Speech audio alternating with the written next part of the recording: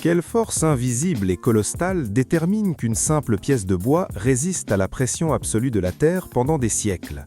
Ou quel secret moléculaire cache une plante indomptable capable de grandir d'1 mètre entier en moins de 24 heures, défiant les lois de la biologie moderne?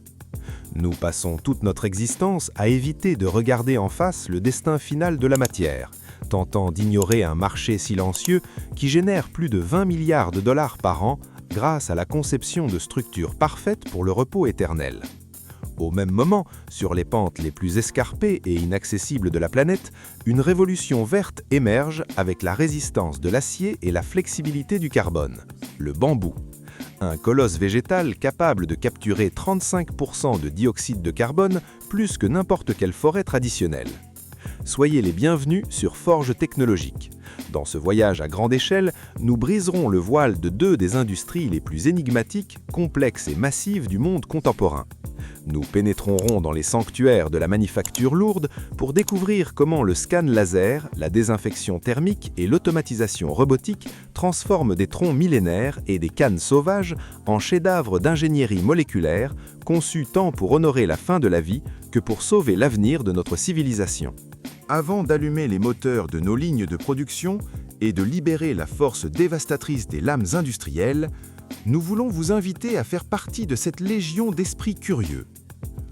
Si vous êtes passionné par l'ingénierie de l'extrême, la machinerie lourde et les secrets cachés derrière les matières premières les plus surprenantes de la planète, soutenez ce documentaire en mettant un pouce bleu à la vidéo, abonnez-vous à la chaîne en activant la cloche des notifications pour ne manquer aucune de nos expéditions visuelles et préparez-vous à laisser un commentaire à la fin pour partager quelles données techniques ou quel processus mécanique vous a le plus impressionné.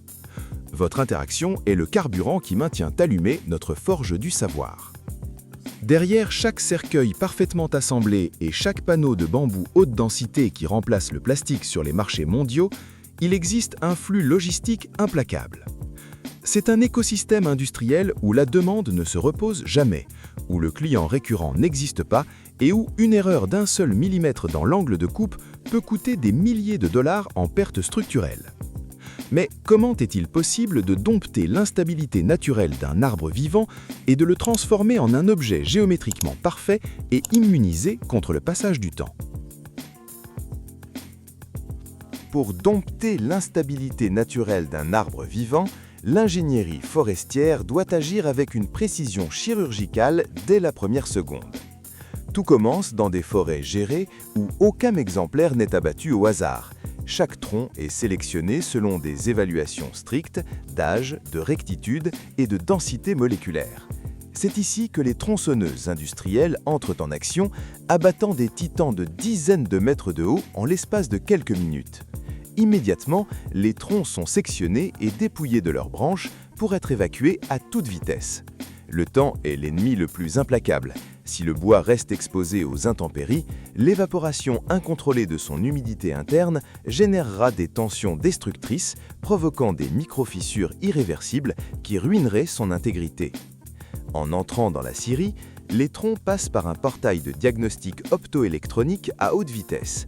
Des scanners laser et des caméras à rayons X balaient la surface en quelques millisecondes, détectant les nœuds cachés et les déviations de la fibre.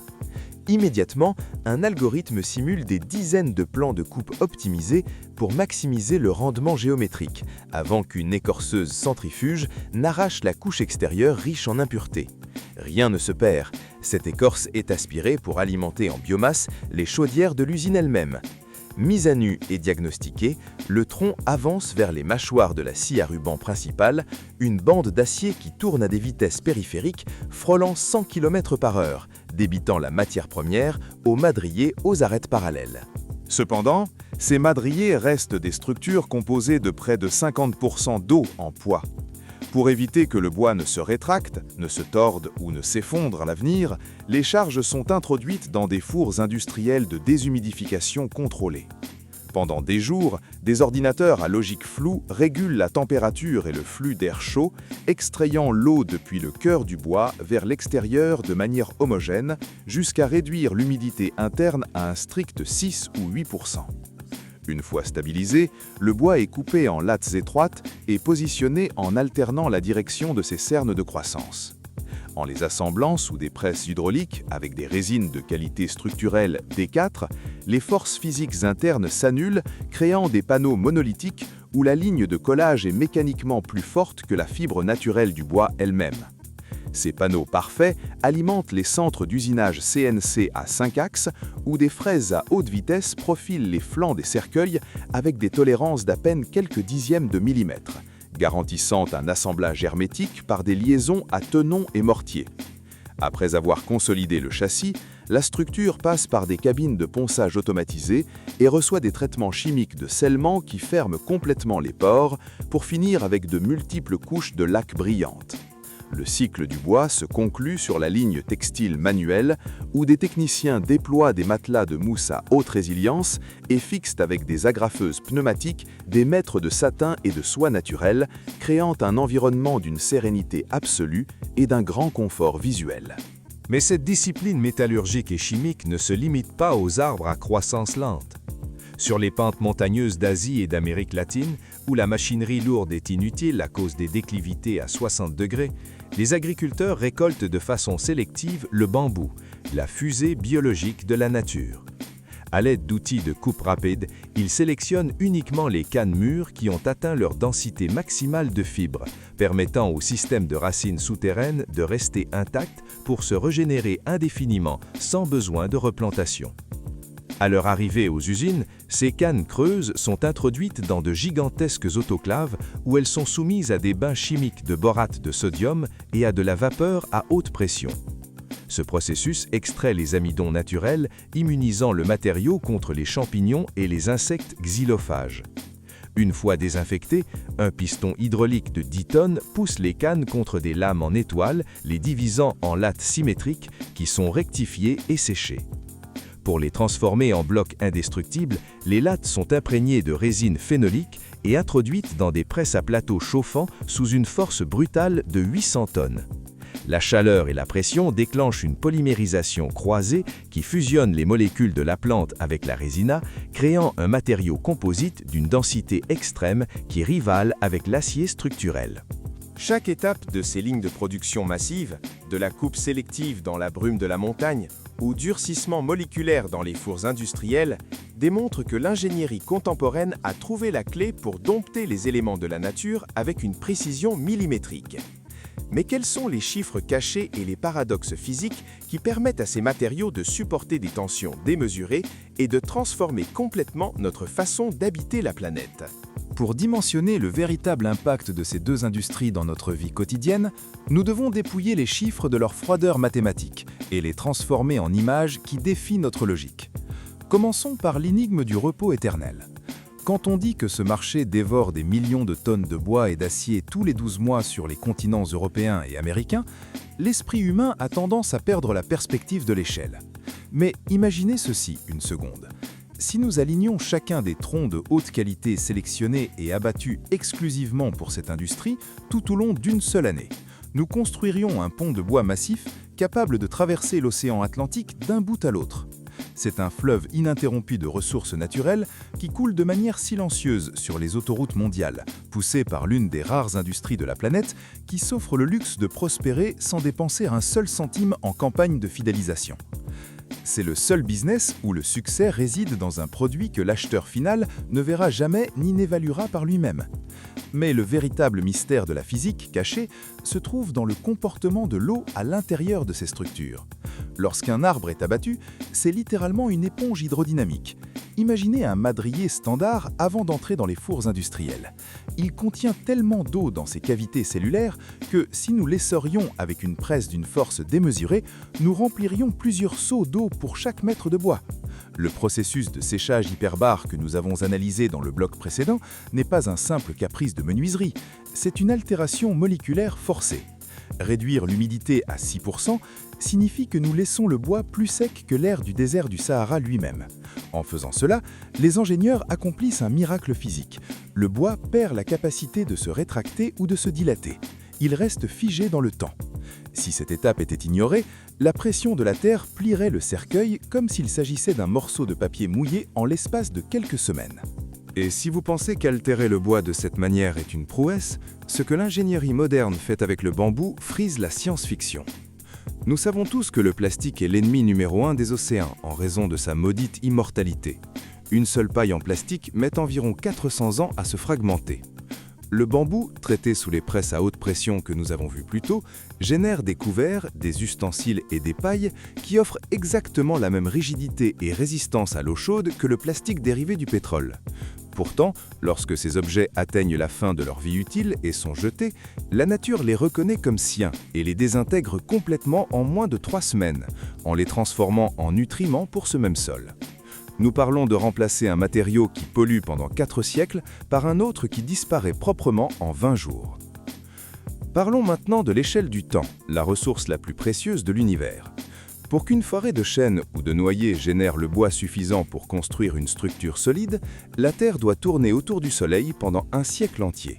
100 ans de pluie, de soleil et de vent condensés en cernes de croissance. Le bambou, de son côté, est une fusée biologique, capable de grandir jusqu'à 1 mètre par jour dans sa phase la plus agressive. Une pousse de bambou atteint la hauteur d'un immeuble de 10 étages le temps d'un mois de vacances. Cette vitesse supersonique permet à un hectare de bambou de produire jusqu'à 10 fois plus de matériaux utilisables qu'une forêt traditionnelle de pins, sans avoir besoin d'abattre un seul véritable arbre, puisque le bambou est techniquement une herbe géante. En coupant la canne supérieure, le système de racines ne meurt pas, mais utilise cette énergie pour propulser 3 nouvelles cannes vers le ciel presque immédiatement. C'est la seule ressource qui devient plus forte et plus productive à mesure qu'elle est récoltée par l'être humain. Mais la curiosité la plus impressionnante, et que peu de scientifiques parviennent à assimiler au premier abord, est le bouclier invisible du bambou, sa capacité à dévorer la pollution de l'air. Alors qu'un arbre moyen respire du dioxyde de carbone et purifie l'environnement de manière constante, le bambou opère comme un aspirateur industriel à puissance maximale, absorbant 35% de gaz à effet de serre de plus que ses concurrents de la forêt. Lorsque nous achetons un carnet, une brosse à dents ou une paume de construction fabriquée dans ce matériau, non seulement nous évitons de générer des déchets, mais nous utilisons un objet qui, pendant sa croissance dans la montagne, a nettoyé activement l'air que nous respirons. Les résidus de sa production au sein des usines ne connaissent pas le concept de gaspillage. Les copeaux excédentaires du rabotage à haute vitesse sont compactés pour créer des pellets de biomasse qui alimentent les propres fours de l'usine, réalisant un cycle zéro déchet où l'usine génère sa propre énergie propre. Enfin, il y a un secret mécanique caché dans la conception structurelle du bambou que les architectes modernes utilisent pour construire les gratte-ciel du futur. Si vous observez une canne de bambou au microscope, vous verrez qu'il s'agit d'un tube creux renforcé par des anneaux internes à intervalles réguliers. Cette géométrie est identique à celle utilisée pour concevoir les colonnes d'acier qui soutiennent les ponts modernes. En imitant cette structure et en la combinant avec des résines chimiques à haute pression, le bambou pressé acquiert une résistance à la traction qui dépasse celle du bois de construction et égale la force du béton. Dans les zones sismiques à haut risque, les maisons construites avec des poumes de bambou composite ne s'effondrent pas lors des tremblements de terre. Elles se fléchissent de manière élastique, absorbant l'énergie du séisme et revenant à leur forme originale sans que les murs ne se fissurent. C'est la fusion parfaite entre la sagesse de la nature et l'ingéniosité des usines. Chacune de ces données nous prouve que les objets qui nous entourent ne sont pas de simples morceaux de matière inerte. Ils sont le résultat d'équations parfaites, de batailles gagnées contre la dégradation et d'une quête implacable pour rendre notre passage sur cette planète beaucoup plus efficace et respectueux. Mais comment ces deux mondes si différents se connectent-ils dans notre réalité quotidienne? Et quelles décisions devons-nous prendre en tant que consommateurs pour que ces technologies cessent d'être de simples documentaires et deviennent le moteur qui s'ouvre à notre écosystème? En éteignant les moteurs des presses hydrauliques, en stoppant la rotation supersonique des fraiseuses CNC et en laissant se dissiper la vapeur chimique des autoclaves, il nous reste une certitude absolue qui redéfinit notre relation avec la planète. Les objets qui nous entourent ne sont pas de simples morceaux de matière inerte, mais des victoires monumentales de l'ingénierie humaine sur le chaos et la dégradation du temps. Chaque millimètre de bois noble, dompté dans des chambres hyperbares et recouvert de laques protectrices au niveau moléculaire, représente le tribut ultime de notre civilisation envers le respect, la dignité et le souvenir éternel. C'est la transformation d'une ressource naturelle en un gardien indestructible conçu pour résister aux pressions absolues de la Terre.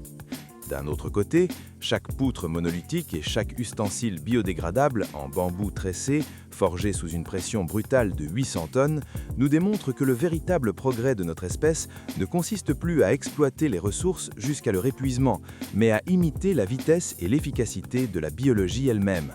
Nous avons appris à extraire la force de l'acier directement du sol, en des cycles d'à peine 3 ans, purifiant l'atmosphère que nous respirons au passage, et restituant à la planète un matériau qui se désintègre sans laisser de cicatrices. Ces deux industries colossales, l'une opérant dans la pénombre du respect final et l'autre à l'avant-garde de la révolution verte, ferment un cycle parfait. Elles nous enseignent qu'avec la bonne dose de science, d'automatisation et de conception stratégique, nous pouvons modeler l'avenir sans détruire notre origine. La technologie n'est plus l'ennemi de la nature, elle est l'armature de précision qui la stabilise et la perpétue.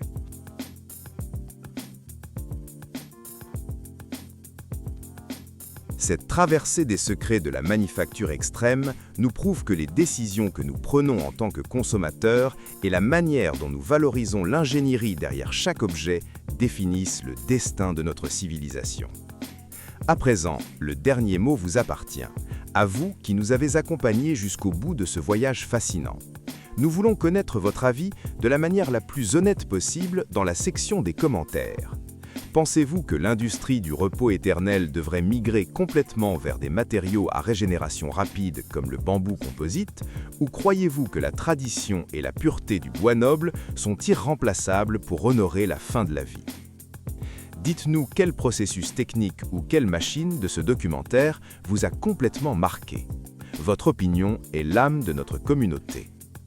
Et si ce voyage épique à travers les plus grandes usines du monde a éveillé votre étonnement, montrez votre soutien dès maintenant. Mettez un puissant j'aime à cette vidéo, abonnez-vous à la chaîne en activant la cloche des notifications pour ne manquer aucune de nos prochaines expéditions industrielles et partagez ce contenu avec ceux qui ne connaissent pas encore le pouvoir de la technologie moderne. La croissance de cette chaîne est le moteur qui maintient allumée notre forge. La vidéo d'aujourd'hui se termine ici. Merci de nous avoir accompagnés. Très bientôt, de nouveaux contenus arriveront ici sur Forge Technologique, révélant plus de processus et de secrets du monde industriel. À la prochaine vidéo, que Dieu vous bénisse.